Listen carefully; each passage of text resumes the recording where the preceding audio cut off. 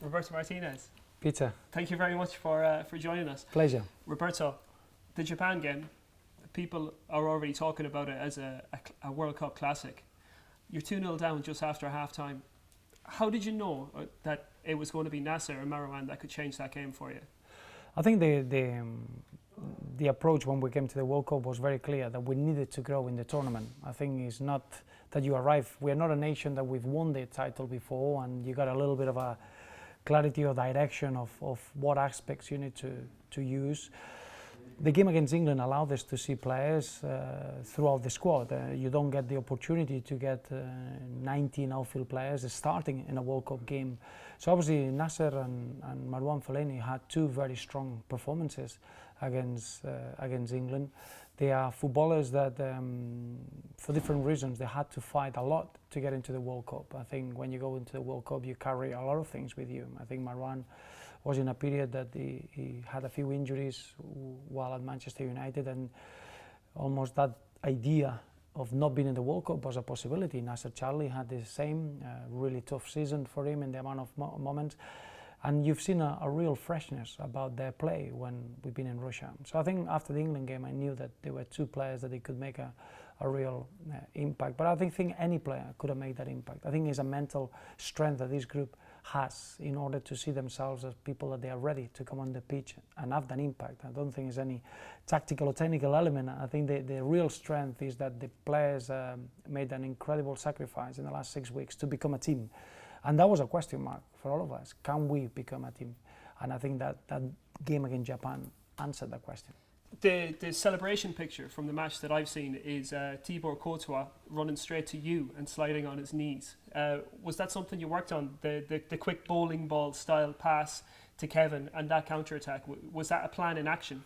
No, but I think it's part of our DNA. If you want, we got really, really good technical footballers that they can execute things at very good speed.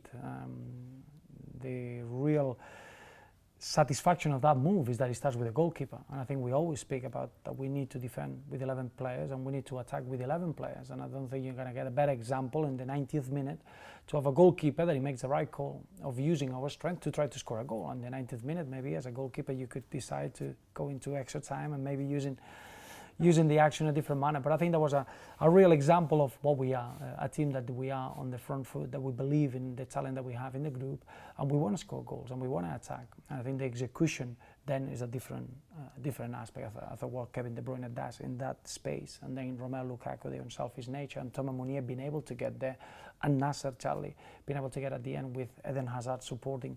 I think that's a real example of the team. I was going to ask you about Romelu's contribution, because the run that he makes, first of all, has just destabilised the Japan defence, and then the step over.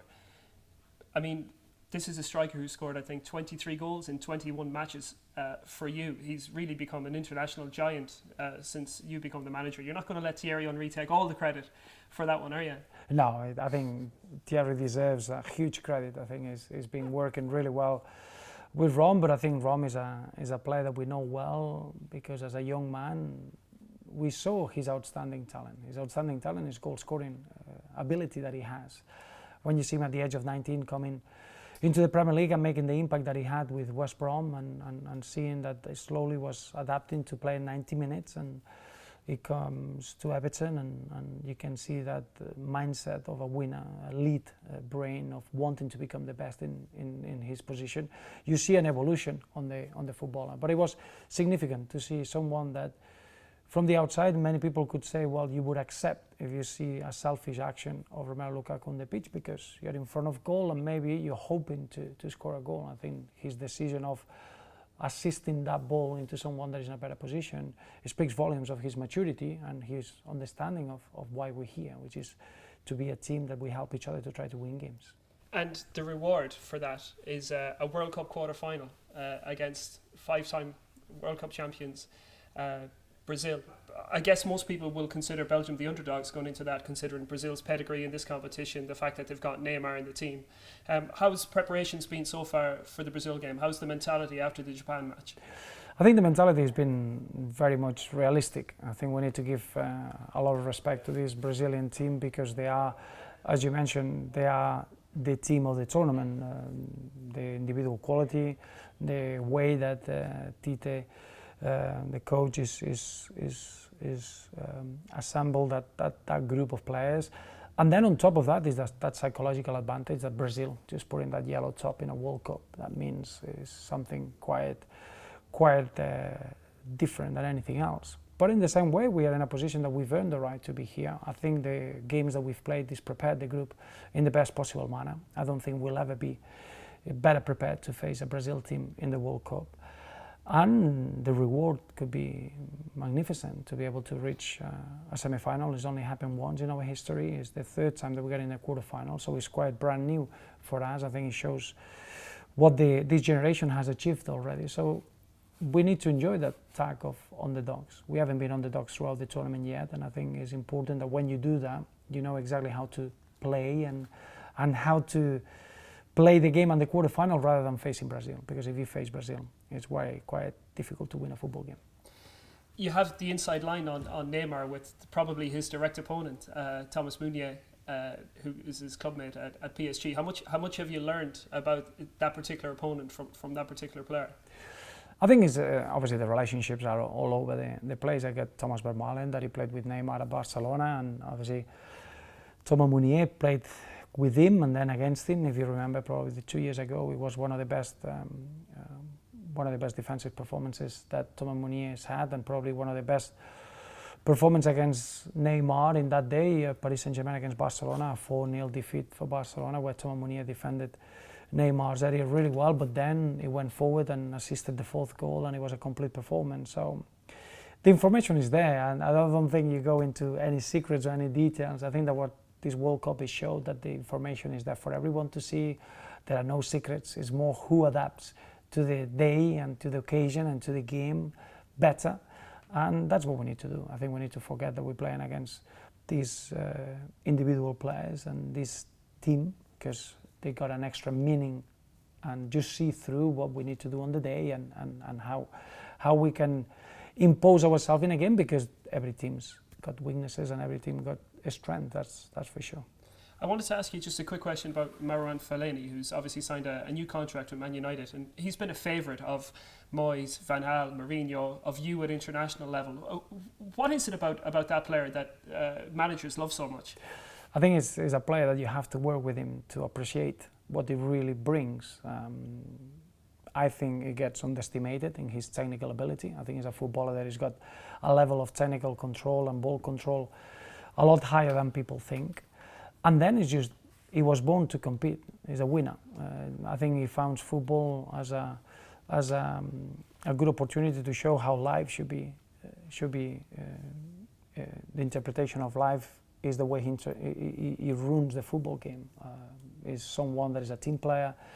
He always sees that every action is the end of the world, and that makes him a warrior and someone that any coach and any manager would love to have in his team.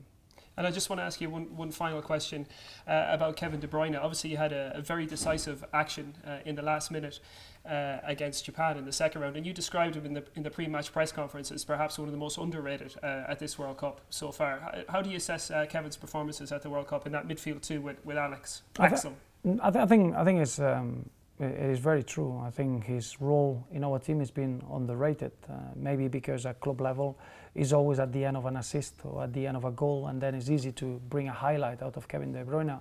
I think what Kevin De Bruyne's influence in our team has been a lot deeper, a little bit more earlier, allowing the team to have the influence that we have in the final third, and being a real playmaker for us. And then on top of that, I think he's become a leader. I think it's the first time that I've seen Kevin growing into a very important player of this group on the pitch in the most important moments. I will always remember is a moment at 2-0 down against Japan that he's the one that is giving a bit of composure and a bit of belief into the group, and is getting everyone to know that we still got time to get back into the game. And I think that's a role that allows us to be a team. And then you see the third goal that only Kevin De Bruyne can do what he did. Not just the way that he gets that transition so quick from one box to box, is the quality of the pass, having to play it into Thomas Meunier path, so he doesn't need to break his stride to assist into Nasser Charlie. I've been delighted with Kevin De Bruyne's role, his understanding of his importance in this group and the way we want to play. He's essential for us. And just one final question, and this is about you yourself. Obviously, we got to know you in the UK as a club manager. First and foremost, you have contacts with your team 5, 6, 7 days a week. You must really be enjoying this now that you've had your team together for so long, having games so often, and been able to have that contact all the week long rather than just a weekend here and a weekend there. Yeah, I think it's the big price to pay to during international. For 2 years we prepared for the World Cup, and it's very, very difficult to get used to the lack of contact with the players. I think it's a real enjoyment when it's almost you bring international football into a method of club level. We've been 6 weeks now, the best part of nearly starting the 7th week together, setting real basics, just becoming a group, becoming a team, and then being able to prepare games with the significance that they had. That's been a real, I think it's been the reward for all the, not just for me, for the technical staff that we've been used in 12 years to work on a daily basis and sharing emotions with the players on a daily basis, which has been quite frustrating in the last 2 years. Roberto, the very, very, very best of luck Peter, in your thank you game so against much. Brazil. And I hope to see you there. We'll see you back in Moscow in the World Cup final. That's a promise.